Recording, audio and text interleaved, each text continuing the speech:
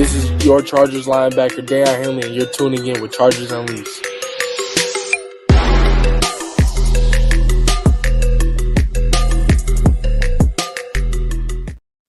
Welcome to another edition of Chargers Unleashed. Jake Hefner and Dale Wolkenstein here with you from the LAFB Network. If this is your first time tuning into the show, make sure to hit that like and subscribe button on YouTube. You can also follow us on Facebook, Twitter, Instagram, Spotify, and Apple Podcasts. Dan Wolkenstein.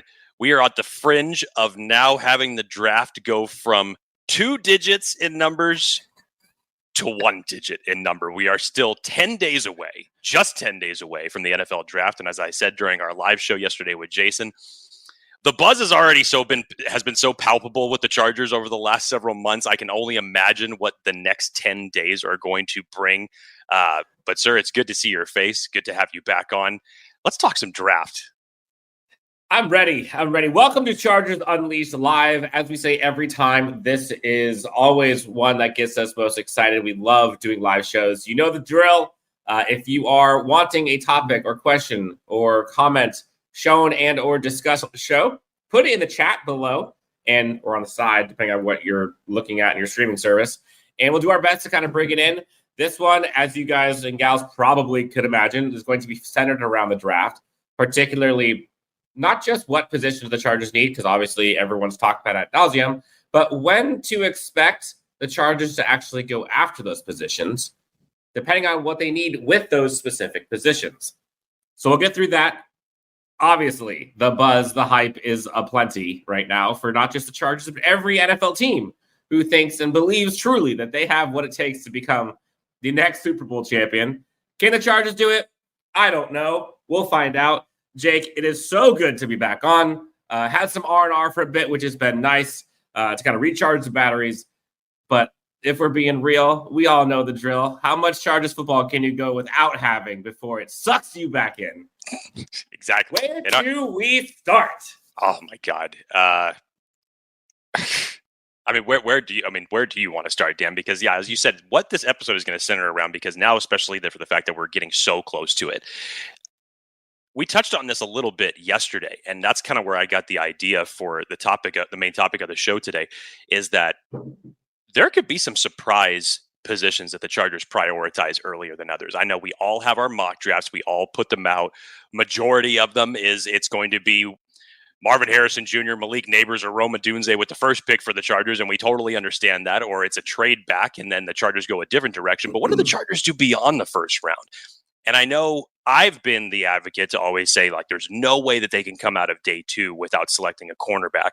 But there are some positions that Dan and I have done some top 10s about, positions that we actually haven't gotten a chance to highlight as much, that kind of could be sneaky target positions for them when you really look at the roster and what their needs are. And obviously this is going to all determine on how the board falls to them. But we wanted to kind of just give like a brief overview prediction style as far as just go position by position as far as what the Chargers really need, and try to target when the best opportunities for them to select those positions in that circumstance. Yeah, let's get to some of these comments, because we always know how this goes. We go through and all of a sudden they start flying in and we get way too behind on these. So I'm going to start off at the top here, Jake. Let's go. I'm scrolling to get there. First comment in the chat is, if Marvin Harrison Jr. goes to Arizona and either we pick or stick and pick or move back and say get another second round pick, if we go offensive line, wow, this just keeps going. With the first pick, at that point, do we kick the can down the road and get Rice later in the draft? I'm assuming he means Brendan Rice out of USC. Yes. No. In short, no. If that's the best receiver that they get in this draft class, Chargers got some problems, in my opinion. This is the scenario that you have to wonder about. Like in this case of this question right here, if MHA goes to Arizona, we either stick and pick or move back. Let's just say the Chargers trade back, which obviously is a popular scenario. A lot of people say, Dan and I have talked about it, that if a trade back happens to take place, and for this argument, let's just say it's with the Minnesota Vikings, the Chargers then get 11 and 23. We're all right with the argument of selecting a tackle at 11. We're okay with that because you're getting extra draft capital in that situation. At 11? At 11, yes, not at 5, at 11. But you do that with knowing that you're missing out on the top 3 wide receivers in this draft. You make that decision knowing that.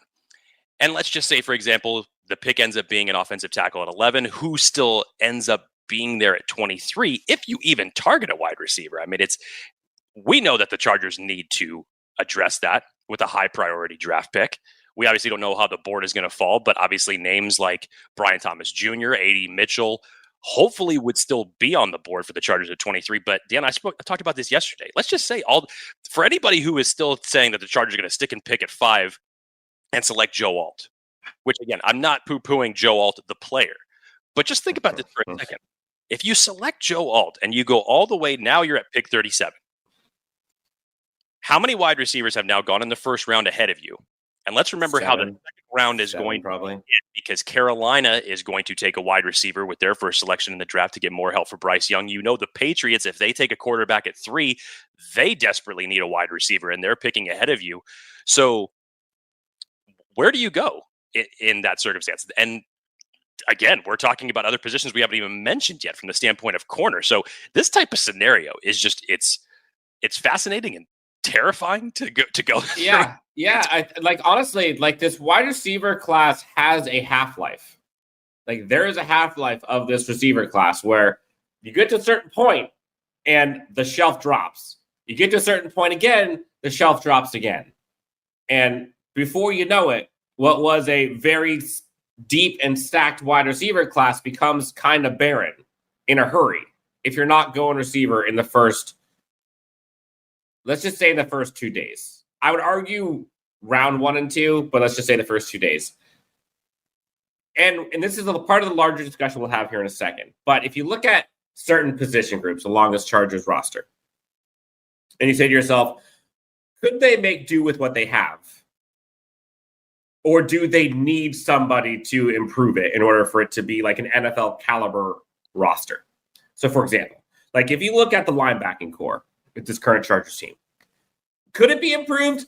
Obviously. Absolutely. Does it need help? Absolutely. Could they make do with what they have with it plus maybe a mid to late round selection? I'd argue yes. Could you say the same for wide receiver? Could you say the same for corner? Hell no. I think you could say the same for tackle, in my opinion. Center? This year? Probably.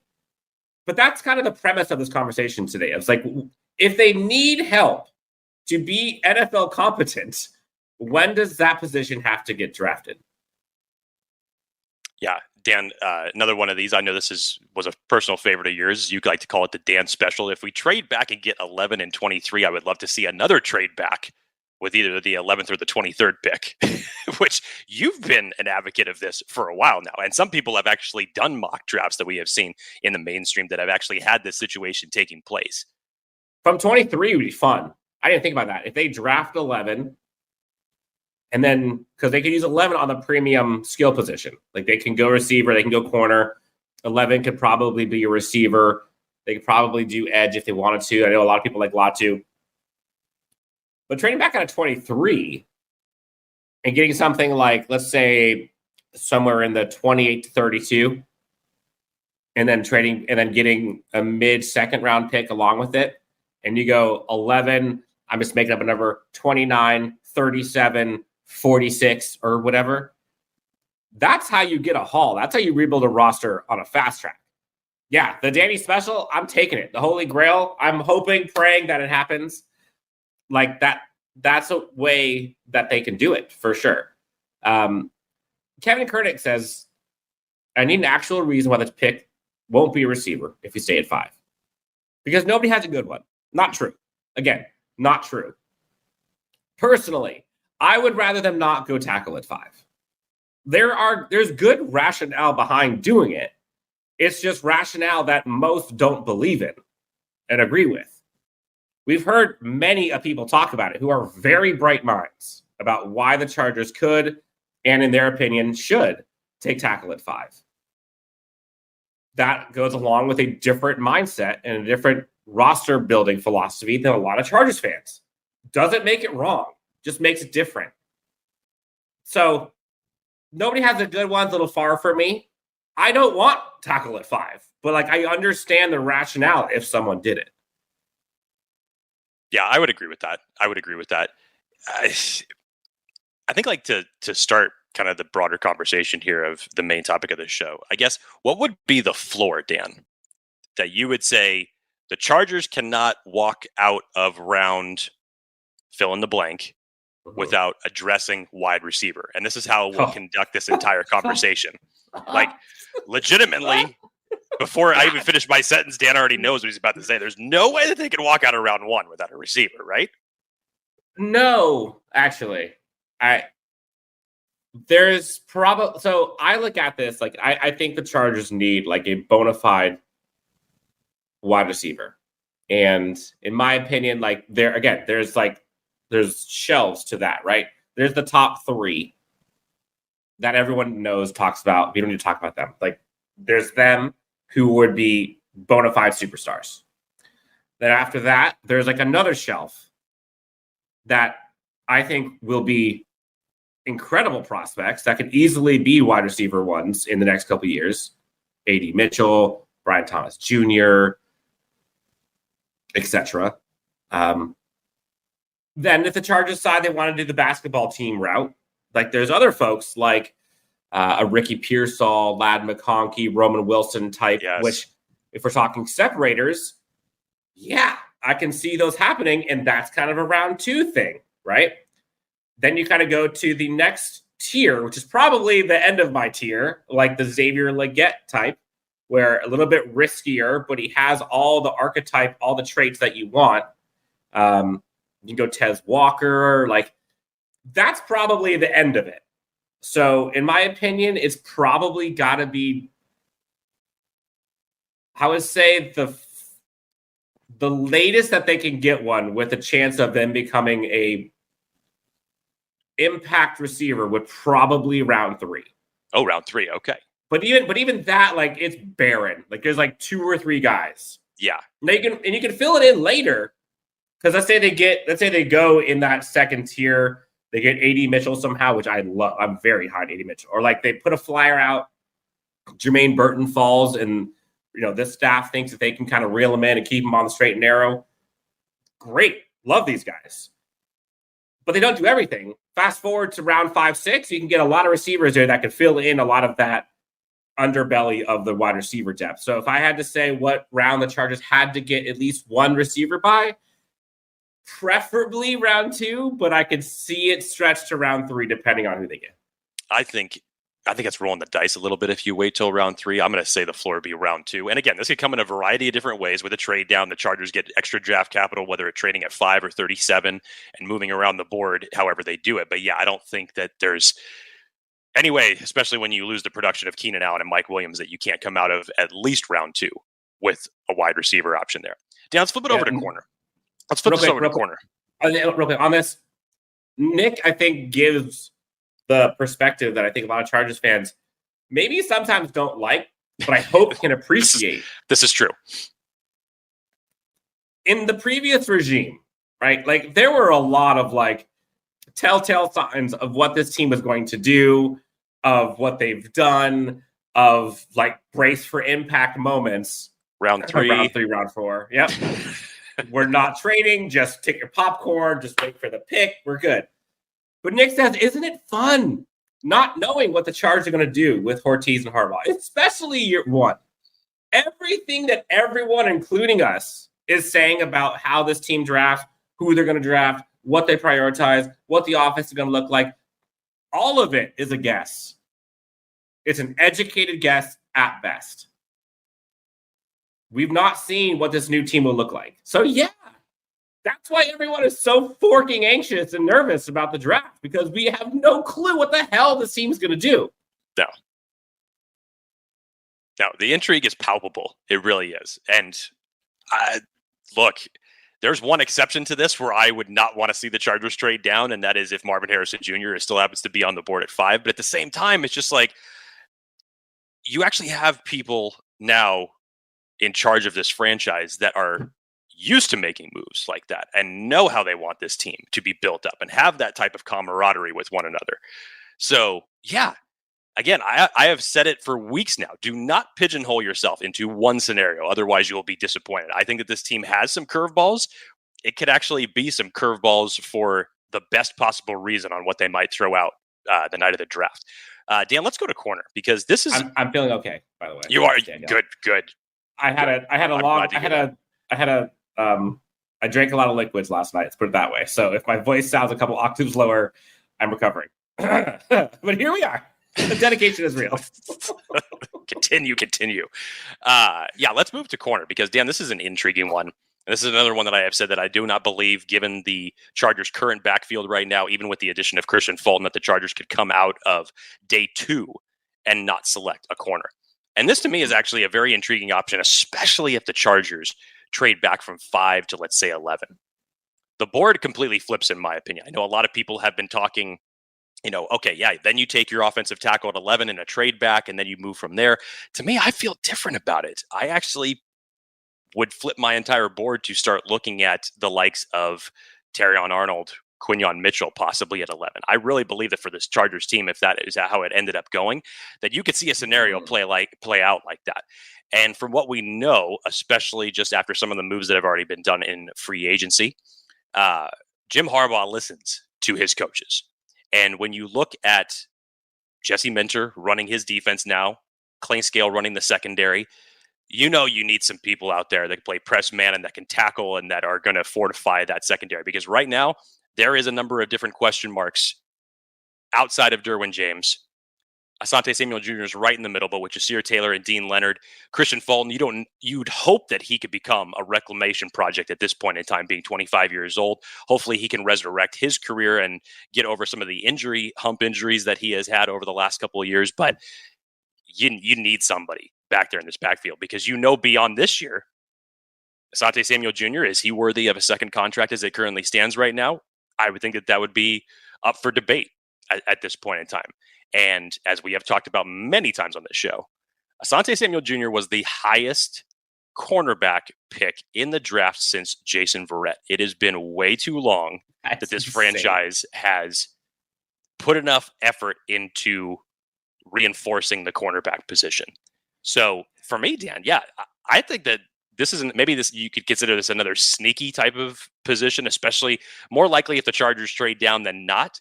But if they trade down, whether it's at 11 or 23 and you get that extra draft capital, I could totally see corner being a possibility for round 1. Yeah, and corner, honestly, is a fascinating position in this draft class and for the Chargers because I think, and I challenge, so in the chat, folks who are listening, watching live, in terms of impact positions, what positions do you feel? Let's go top 3.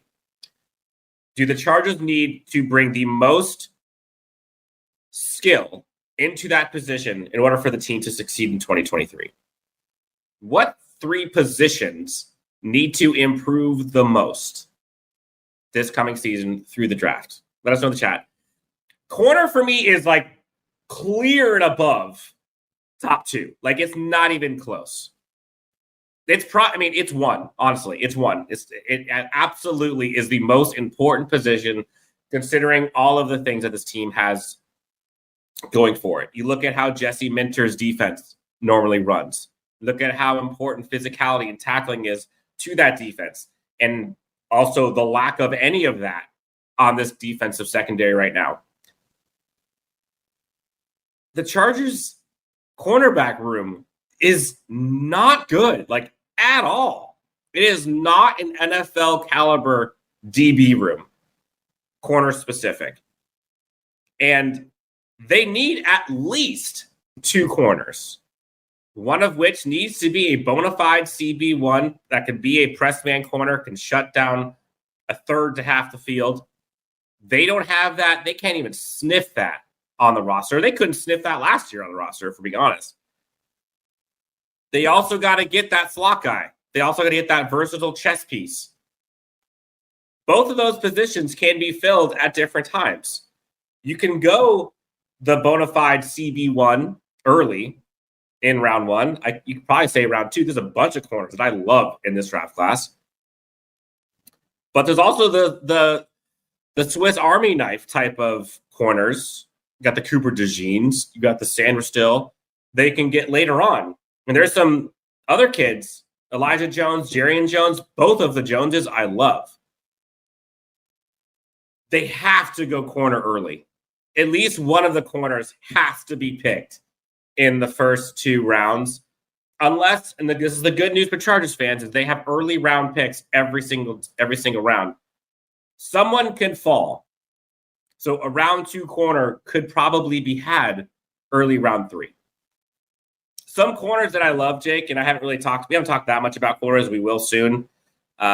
Andrew Phillips, you're starting to see a lot of people talking about him out of Kentucky. I think he's a sleeper. Everyone talks about Max Melton. The guy's a stud. Elijah Jones, give me some of that. Kamal Hadden out of Tennessee. Love him. Ronaldo Green, I've been super high on him for a long time. And don't sleep on Nehemiah Pritchett. There's some guys here they can get later on. But yes, corner by far and away the most important position this Chargers team needs to hit on. And it will directly impact. Like if you look at wide receiver versus corner, and let's say you get a bona fide wide receiver 1 and you hit a triple, right? It's a great pick the guy produces. Or a bona fide triple hit corner. The corner will make far more of an impact to this team and its success than the wide receiver. They cannot miss on a corner, given what this cornerback room is right now. I would agree with that. I was looking at some of the, people's priority list in the chat.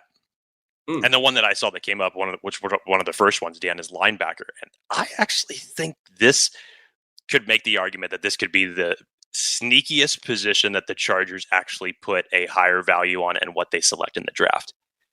We've gone through our top 10 linebackers in this draft thus far, and specifically tailoring them to the ones that fit the best in what Jesse Minter wants to run in this defense.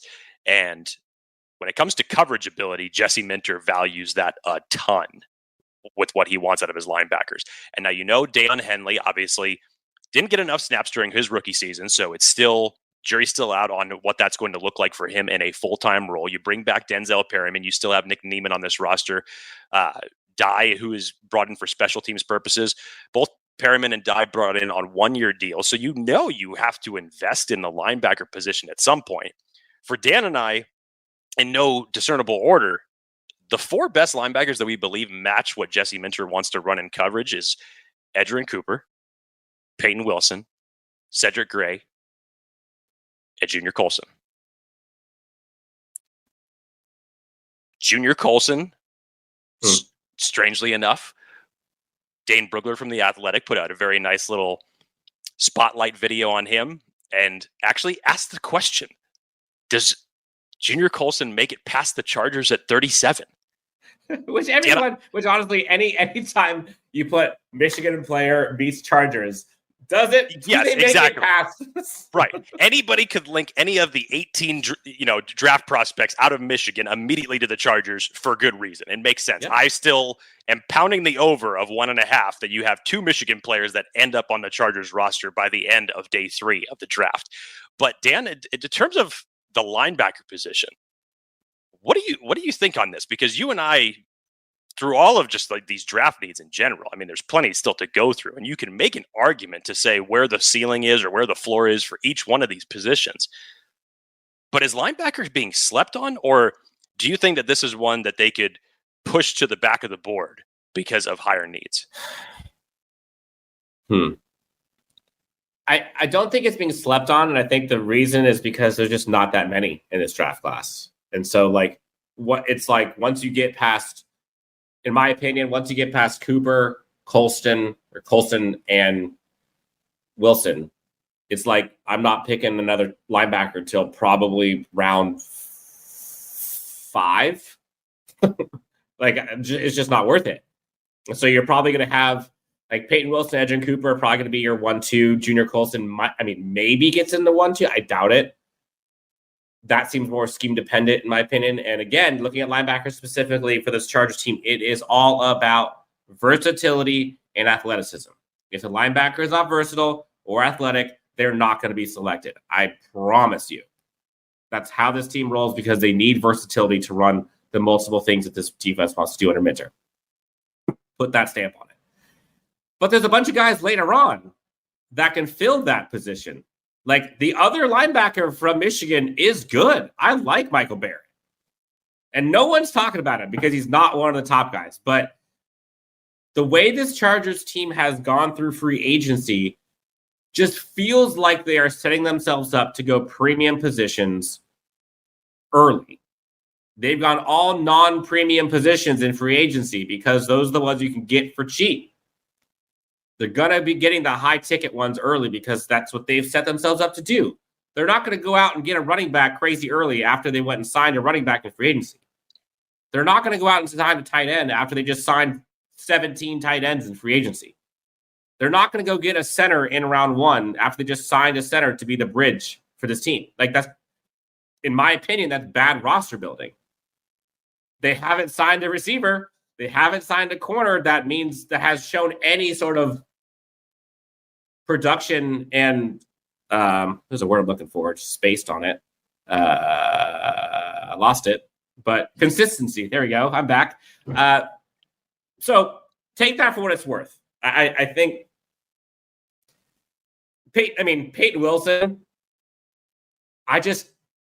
and this is a part that's always kind of fun. And Jake, you and I and Jason were actually talking offline. Like the hard part, I think, for myself and for Chargers fans is while I could never see myself getting Peyton Wilson early, and while I could never see myself, going certain positions at certain times, like it's not about that. And this team, especially under Jim Harbaugh, zigs when other team zags. And so what do we know? I don't know. Peyton Wilson is definitely the archetype that, like, if they're going to go that direction and they go versatile and athletic, I don't know if you can be more versatile and athletic than Peyton Wilson. The guy's an absolute freak show. Let's flip it back over to the offense, Dan, and you mentioned the position there during your linebacker speech. The running back position, which actually I feel like is probably the best possible thing in terms of value goes for the Chargers, because this to me is a position that you could really put toward the back burner and still get someone who's going to be very productive, simply because of the fact that I believe that they are going to do a running back by committee Raven style offense now that you brought in Greg Roman and Gus Edwards to this team. So I don't see them targeting a running back in this draft. Early? Early. I would actually say when you give the other priorities, I actually wouldn't put it before day 3 personally. So you got 2 4th-round picks, and that's probably where I would say that, given where the roster stands now and the needs you have before, that's where the conversation could start. So if you're talking about a Ray Davis and Isaiah Davis and Isaac Guerrero, any one of those 3. I know everybody's got their favorites, and there's not really a unanimous RB1 for, the consensus out there. I know some people believe Jonathan Brooks is the guy. Others believe Blake Corum is the guy. Others believe Trey Benson's the guy. And I totally get it, because it's basically just like, look, pick your flavor of what you want. But this is actually probably one of the best things that could happen to the Chargers, given where their priority stands with this position, because you're not going to be just having one guy that's going to tote the rock in this offense. I think you're finally going to see what Isaiah Spiller is made of in this offense, but it's going to be a 3-headed monster. Do I think running back is going to be addressed? Absolutely. The Chargers will select one in this draft. And I know, Dan, we've heard a bunch of things as far as to say, okay, Blake Corum, people have put out there to say, like, if he's there at 37, do the Chargers actually take it? No, I just can't bring myself to believe that. Blake Corum, obviously another one of the favorites in terms of the Michigan players to be drafted by the Chargers. Dan is extremely high for him in terms of overall fits. Dan has Blake Corum as his number 1 guy that would fit in this offense. But in general, it's not even close. It's not even close. How do you feel like this running back class? I mean, we talked about this running class in depth, but in general, as far as how the draft may play out, you could get a number of different guys that could fill a running back by committee style and be extremely productive. Yeah, I mean, honestly, round 4 is probably the sweet spot, where you can probably get, I'd argue maybe round 5 might be where you get the most value. Round 4 is probably where you can kind of take your pick of that maybe second shelf of running backs, which is fine, especially if you're going running back by committee. And there's a couple players, and we just talked about it. How like anytime someone's from Michigan, like if they're there, like the Chargers are passing up. There's a couple like specifically, there's 3. I think that the Chargers would be like locked in on. I think Mike Sanders still is like he is a Los Angeles Charger. Like he's up there, right? I think Roman Wilson is another one that I don't think people are doing enough of research on. Of like, holy crap! Imagine him and the separation. We had Trevor Sikkema, and that dude went like when he was talking about separation scores, like holy Roman Wilson. Yes. And Blake Corum is another one. You talk about, and you hear so much from the Michigan side of how much Blake Corum meant to that team and to that coaching staff on and off the field, and how great he is, locker room presence, set the standard. Blake Corum, like, I think I've tweeted when someone said 37, like, I think round 3, it's going to be very, I can imagine how tough it would be to see Harbaugh and company not draft him. But let's just theoretically, if Blake Corum is there with their first pick in round 4, I am willing to bet, and they didn't go running back before, I would put a 6-pack that Blake Corum is a selection. Like I would be so confident in that selection because of all the things I mentioned. But again, round 4, like that's the sweet spot for me. There are so many guys that I love. Audric Estime, like he's been my guy from the jump. I know he had the bad time, but like I don't care, man. Like, he's that dude. Marshawn Lloyd, I think he's my favorite of all of them. Just pure skill. I think that fits this team. I think Blake Corum fits better, but Marshawn Lloyd, I think, has just that fun factor, right? But there's a bunch. You can go past that too. Like, I know you're big on Bucky Irving. I don't think the Chargers go that direction, but like they could, I guess. I don't know, man. Like I just there's a bunch of running backs that I think round 4, round 5 is probably when most teams end up going that direction. But that's a position where, kind of what we were talking about before, given the other needs on this team and the other holes, as much as we want to say this team needs a running back, if they went out this year with the current running back roster, like I've seen worse, honestly. And if that's where they end up having to go, okay. That's why running back has gotten pushed down so low. I just can't. With Gus Edwards there, I just don't see them going early for it.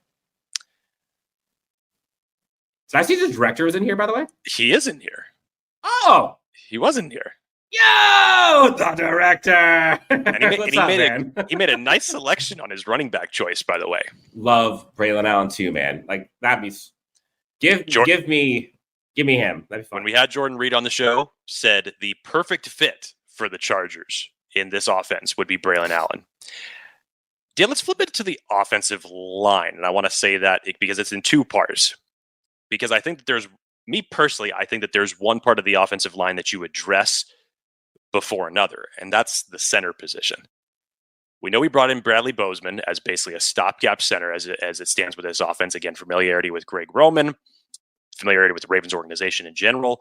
This is a nice year to go out and get a center. Again, I am extremely bullish on this particular class.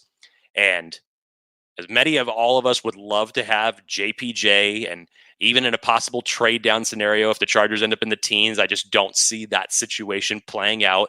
I'm a big fan of Zach Frazier. I still will stand on it that if he remained healthy this entire season, this could be a great battle to see who was going to be the first of those guys to come off the board first as it relates to the center position. You go down a little bit further, Dan. Cedric Van Pran, I just think is extremely athletic, gets to the second level very, very well.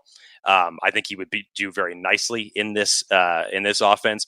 And then you get to Hunter Norzad, who just fits the profile perfectly for what Greg Roman wants to run. And again, if we're talking about running the football with as much as they are talking about doing, he offers versatility, played both tackle positions a couple years back.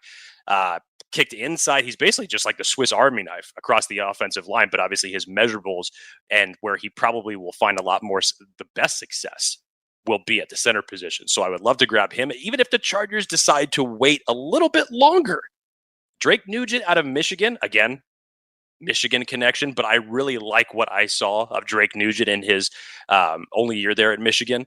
I thought he's very highly intelligent for the center position, sniffs out a lot of the blitzes and the stunts, able to pass protect really well. Tanner Bortolini, Dan, who arguably could be the most athletic center in this class out of Wisconsin. I really like what I've seen from him as well. So there's a plethora of center guys that you could go after in this draft. But where would you say, because this is kind of in the same breath as the linebackers, as the corners, you have your starter as it stands right now, but you know that you need to invest in this, and especially as it relates to Justin Herbert for the next 4 or 5 years and beyond of where this offensive line is going to be at that point in time. Where would you say the conversation at least starts for it? I personally believe I wouldn't be shocked. Probably two. Probably. I mean, if Zach Frazier is on the board at 37, I could see a situation playing like that. Probably only if the Chargers were to trade down and get more draft capital. That changes the math for sure. Yes. And so and we talked about that right now. Folks in the chat, okay, currently the Chargers have 9 selections. I'm going to put the line at 10.5. 10.5 selections by the time this draft is over. Over or under? And I think it's over. I would put my house on it. It's very fun to think of, especially if you just go back and you listen to the first press conference of Joe Ortiz and what he has learned in his 26 years at Baltimore in terms of how to maneuver around the draft board and find value in later rounds and measure who's still on the board at that point in time. I could totally just see him going scorched earth and doing a couple of these big trade downs, whether it's in round 1, round 2, even beyond that. You already have 2 picks in round 4, but yeah, I would say definitely over 10.5. I got people in here saying under. I'm like, what?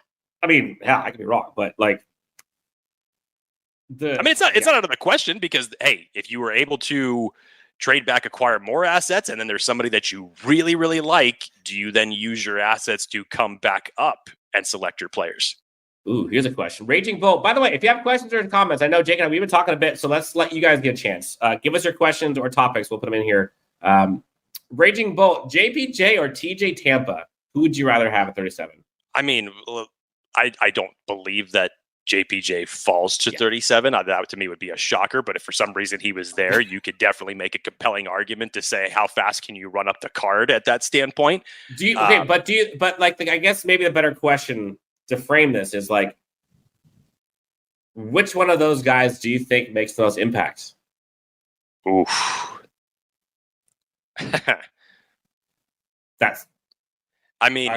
would the answer is probably probably different for short term. You would probably give the edge to TJ Tampa strictly because he's probably going to see a lot more playing time immediately than what JPJ would, and that would be the only one. If you were thinking long term, I would say this is JPJ in a landslide. I would agree. Dan Siegel says they need 12 picks in total to fix the majority of positions on this team. Double dip, corner, wide receiver, linebacker, defense tackle. Remember, there are UDFAs. There's still free agency, and they have a ton of money to spend on free agency. So no, they don't need 12 picks. They don't. It'd be nice. Get them on rookie contracts for sure. But there's a lot. They set themselves up well. Which also, can we give a round of applause? I know the Keenan Allen thing was tough. And I think as dust has settled, people understood it a bit. 2 months ago, this quote unquote cap hell was all anybody's talking about.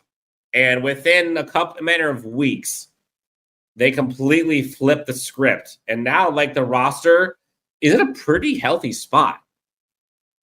Once this coming year ends, and the J.C. Jackson money gets off the books, they're probably going to restructure.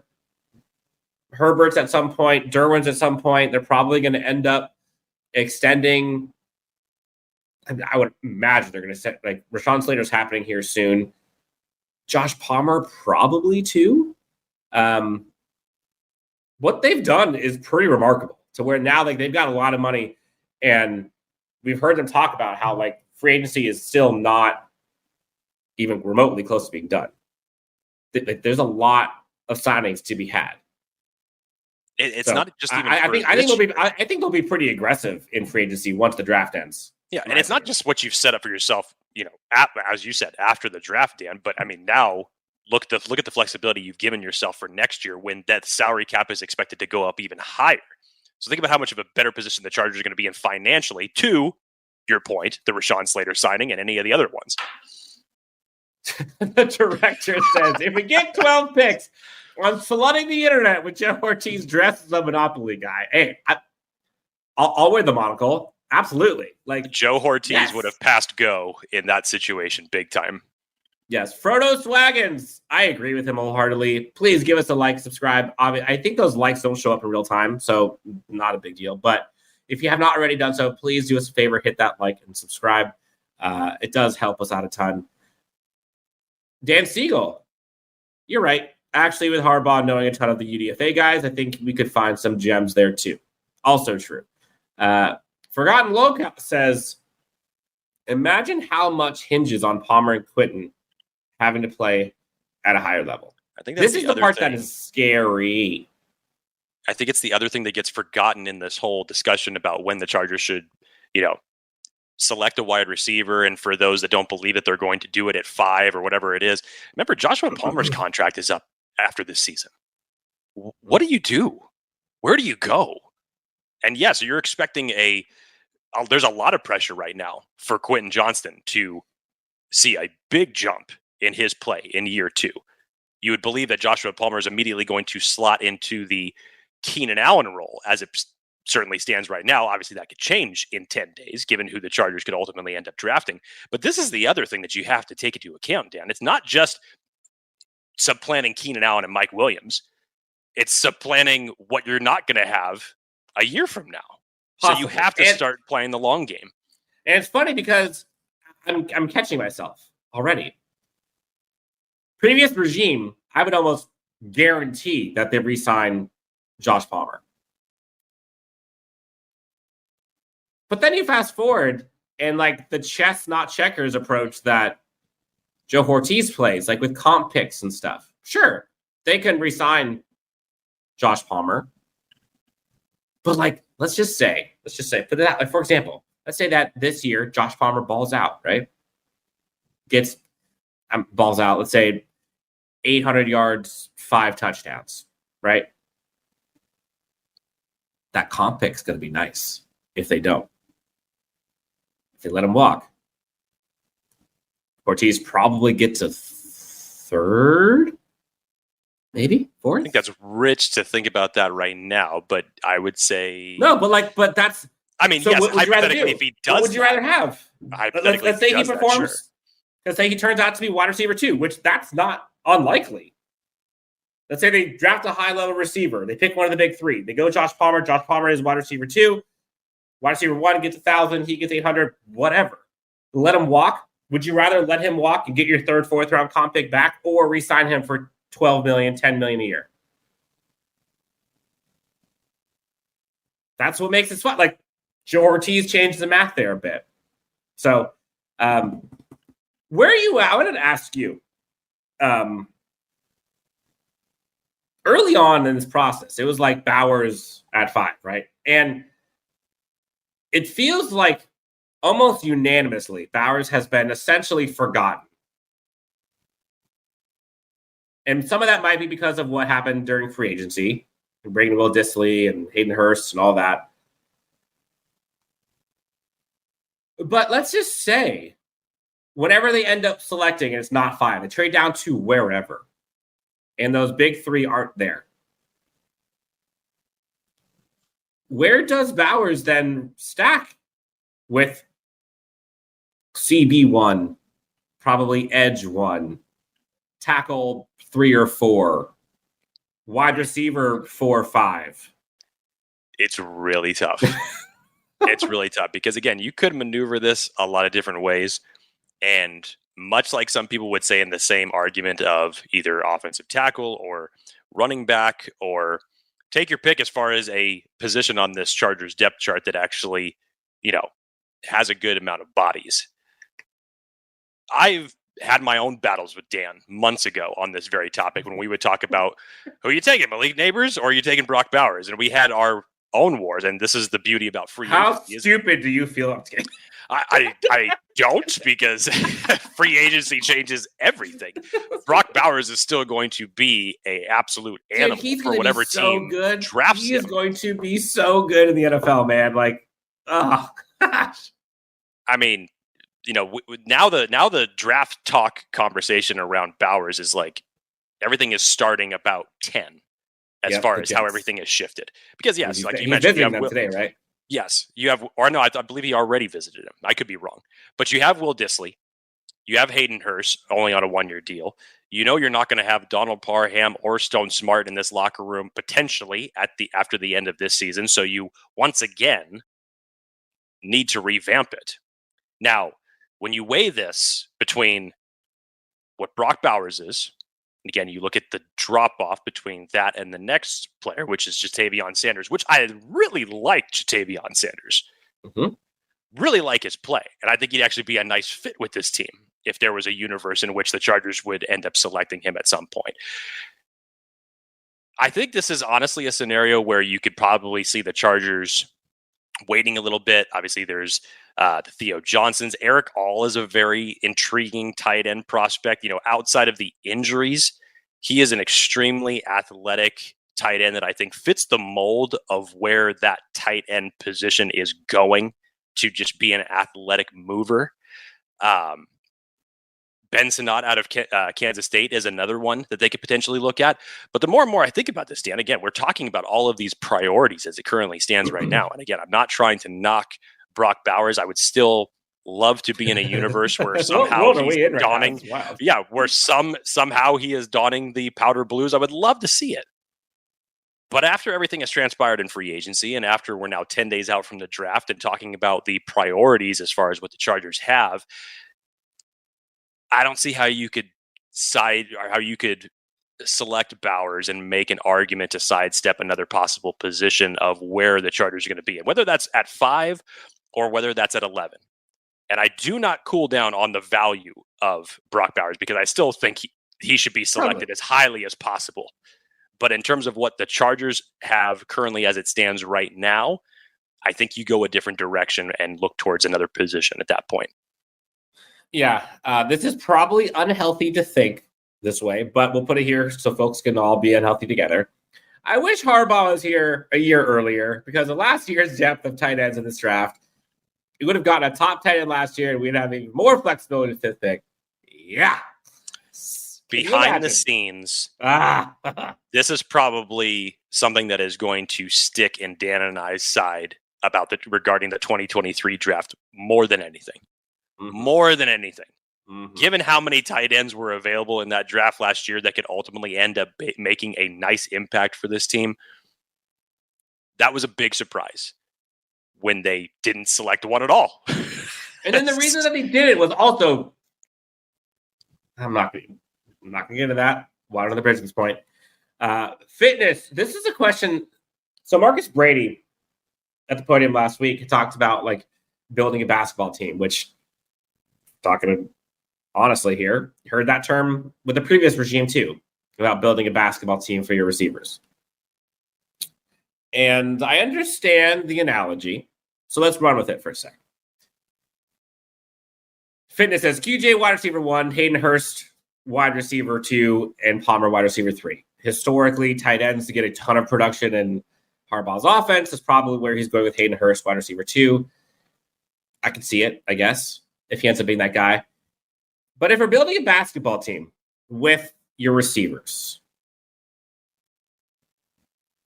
what positions don't they have on the hardwood? Repeat the question again. Say that again. If the Chargers staff is wanting to build a basketball team. Right. And I'll ask this in the chat too, folks, comment. what position of the five or positions of the five do they not have on the roster right now? Because you heard Marcus Brady and you heard them talk about like some of the traits that they look for. And they want guys who can separate and who can be playmakers. And, you obviously want one that's dependable and can separate and speed, like all of that. But what don't they have right now? Like, I guess it will go one by one. What is Quentin? What position does he play right now? I mean, he's essentially going to be I guess you would call it the first and second year of Mike Williams as a replacement in terms of what he does. Obviously, Mike Williams evolved his game as time went on, but essentially that's where you'd slot him. Joshua Palmer But he shouldn't be. He should not be that. I hope the team does not make him that. I'm not disagreeing with you. I'm saying if you were to ask me right now, what is he? That's probably where your mind would tell you that's where you line him up. Joshua Palmer. Like power forward center-ish. Okay. However you want to put it. Joshua Palmer is slotted right now to take over the Keenan Allen role. Now, obviously, everything that we're talking about is going to change. You're asking me, what are they lacking in that department in terms of building a basketball team?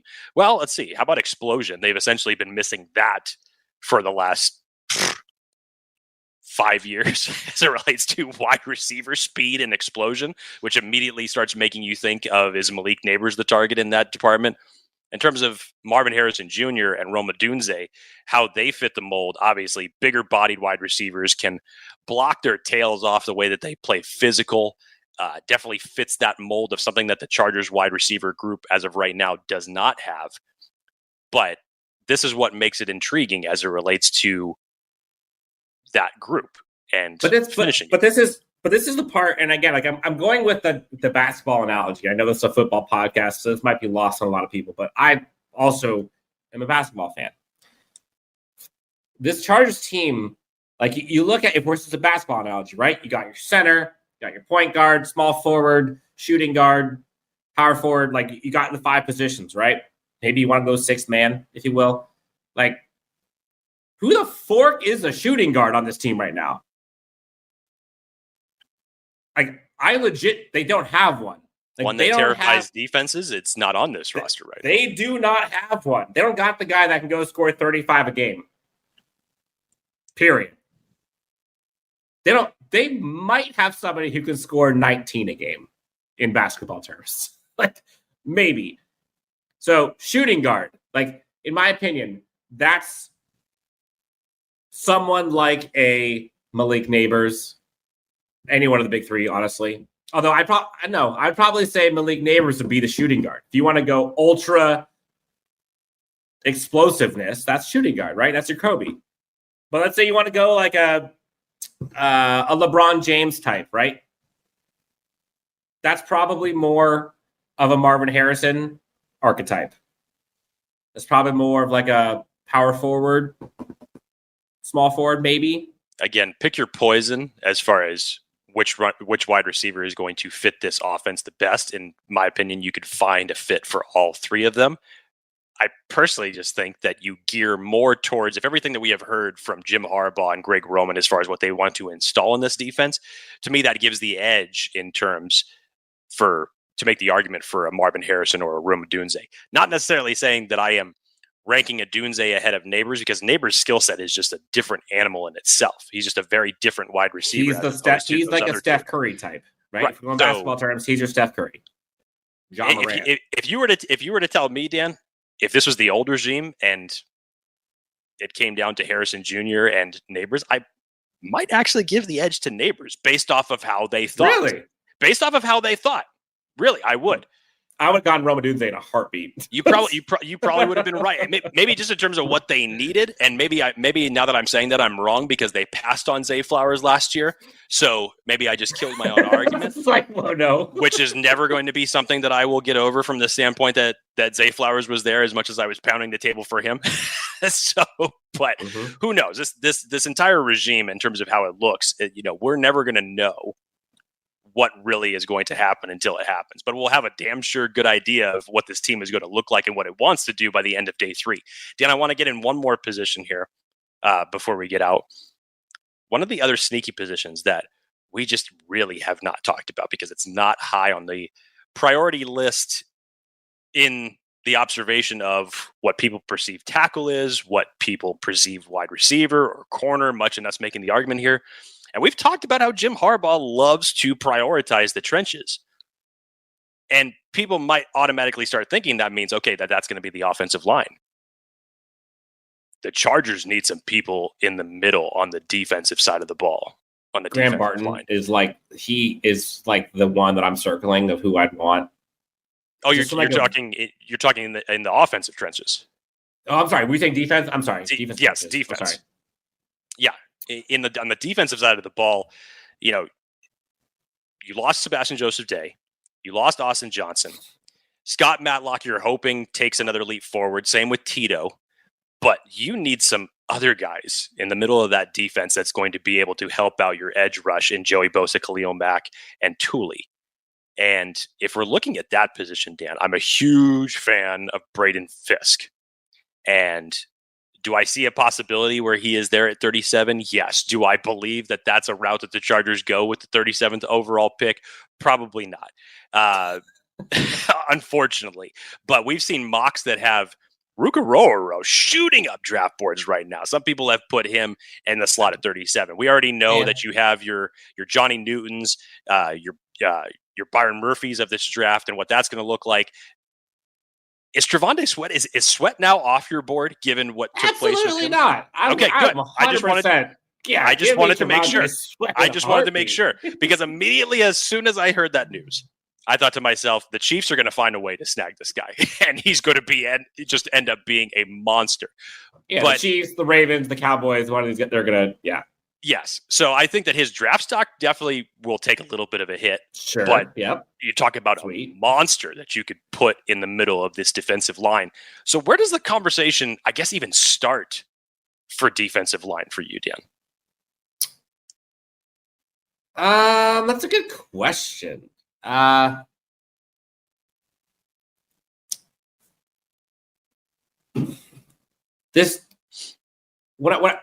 think when I think of defense, like up and down every position, I keep thinking like they need to be versatile. And one thing that has kind of plagued this Chargers team, I'm going to make a short answer long for a sec. Like the Chargers defensive line, interior wise, like it has been so long since it has been an impact on football games. And Chargers fans are no stranger to seeing opposing defensive lines wreak havoc and directly impact the Chargers' ability to do anything. Like, how many times have we seen Chargers balls batted down because of how many times Justin Herbert is forced to pass? How many times have we seen the Chargers' inability to run? Part of that is because the offensive line and blocking is terrible, but also because the opposing defensive line is great. Or give up crazy amount of pressures. The Chargers' interior defense line has not been good in a minute. And so while I would like on one side of me, I'm thinking, yeah, but is it as important as, corner or receiver or linebacker or, in tackle? But I've been without it for so long. I don't know what I don't know. I don't know what I'm missing. I haven't seen it in so long. But it is such a cheat code to have a defensive front. Go look at what San Francisco does and what Philly does and what Dallas does. Having a front that can stop anyone is a cheat code the Chargers just haven't had. So where would I do it? I mean, that's in my opinion, that's probably if you can go, if you can go Jenkins, round 3 or 4. Round 3 or 4 is probably where I would do it. You think Jenkins lasts? No, I don't. That's what I'm saying. I don't I just other positions are more important, but you can still get an impactful defensive line. Defense, this is kind of the premise of this conversation is generally speaking, certain positions you got to pick at a certain spot if you really want to increase your chances of them being an impactful player.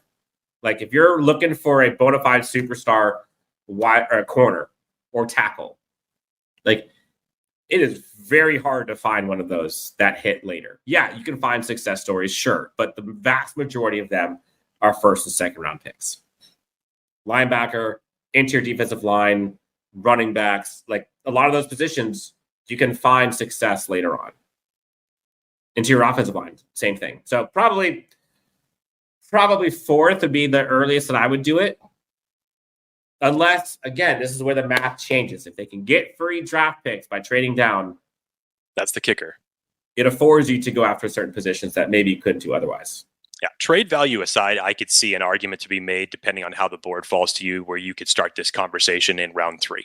I could see that as a possibility. Most likely, probably not. But like you said, this all depends on trade value and acquiring additional capital, which gives you more flexibility to move around the board and prioritize other positions higher. But if it was me, I would probably say that the ceiling conversation could start at that round 3 position or round 3 spot for the Chargers. Yeah. Now, depending on who's going to be on the board, no idea. But I would say that if the Chargers are on the clock in that particular round, I wouldn't put it past them to look at the trenches on that side of the ball because, as Dan said, they are in desperate need of help. Sweet jumps. We're rounding out here. Last chance. We'll probably have maybe 5 more minutes, then we'll close this thing out. Sweet Jump says we're getting a new defense and we're running. We're going streaking, Jake. We're going streaking.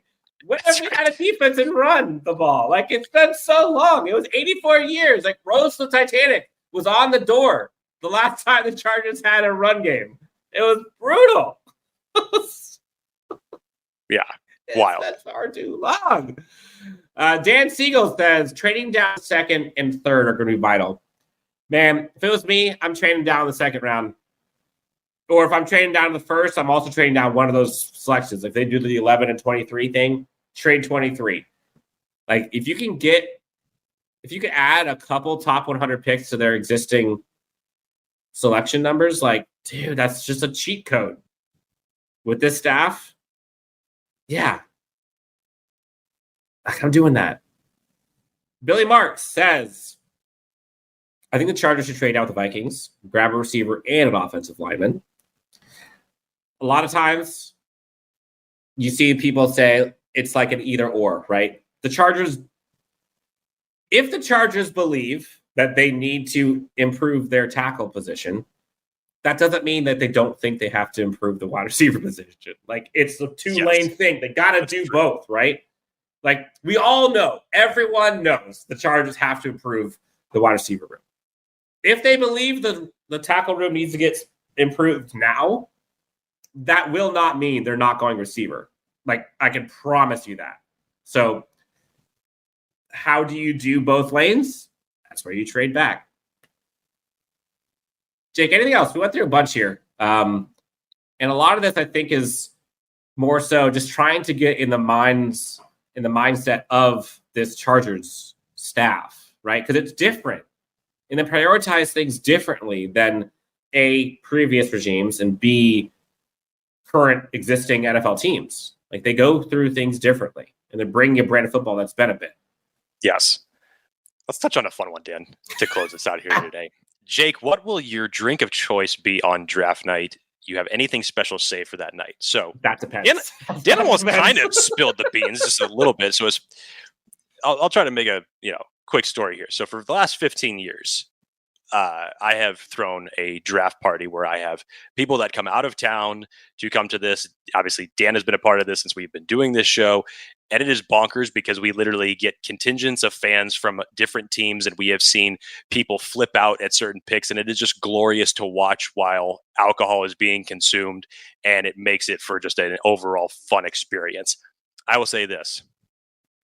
The Dalmore 12, Dan, which was the same bottle that I popped open to pour one out for Keenan Allen when he was ultimately traded to the Chicago Bears, that still has plenty left in the bottle, and that a little bit of that can go a long way. So be prepared for that, for sure. There was a question here, and I can't find it.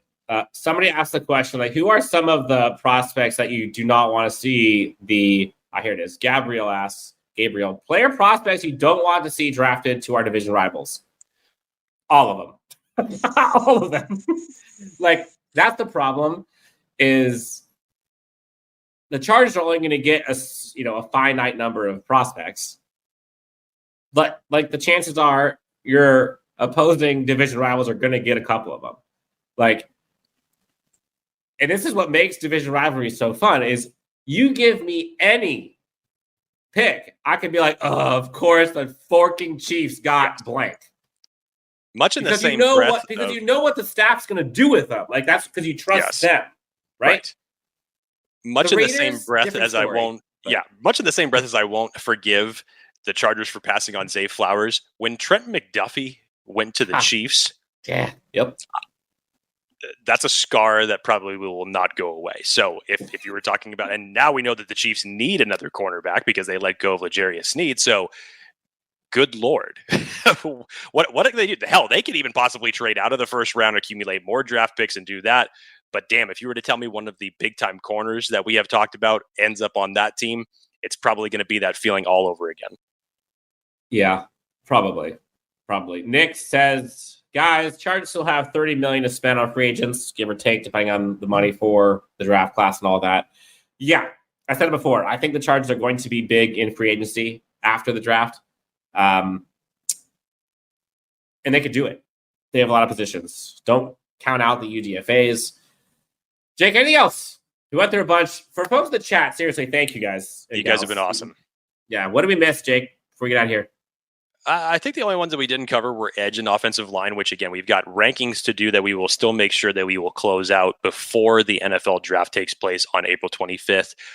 Definitely expect the cornerback and wide receiver rankings to be a very, very fun show, and those will come separately, and there'll be a lot to obviously talk about on those shows. But this was a good exercise in general of just kind of what to be prepared for the NFL draft, and just to give kind of a broad idea. Now, again, Dan and I have no idea of what ultimately will end up taking place, but if there are curveballs thrown by Joe Ortiz and Jim Harbaugh on draft night, gives you a good idea of who they could target in certain rounds. Amen. I'm so freaking excited for this draft because this is like a movie that I don't know the plot, but I know it's going to be a great movie. It's like if someone told me, Christopher Nolan's going to make a movie, I'm buying tickets. I don't care what the movie is. I'm buying the tickets, so I know it's going to be great. That's like if he just told you, Christopher Nolan's going to make a movie about a nuclear bomb. Done. Okay. It can be Christopher Nolan makes a movie about chess. I'm like, sick, dude. Let's go see what happens. Awesome.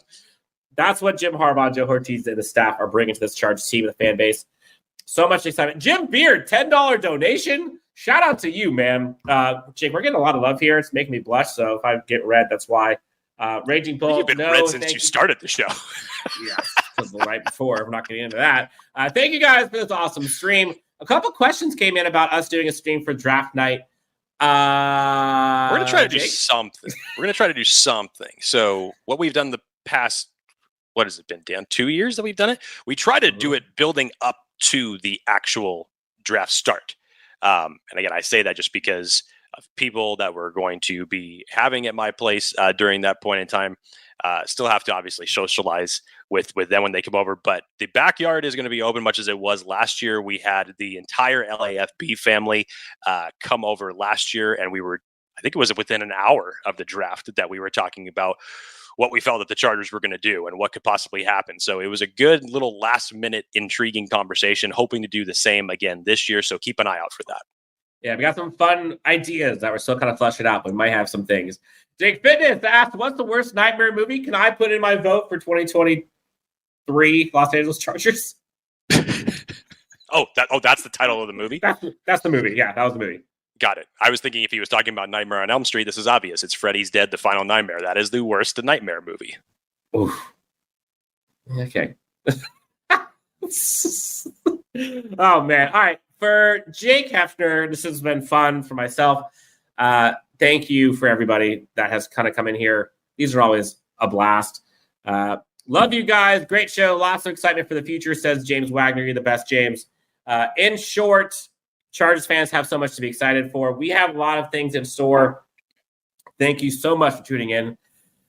If you have not already done so, please do us a favor. Hit that like and subscribe. It takes 3 seconds to go ahead and do. Until then, we'll talk to you next time on the next Chargers Unleashed.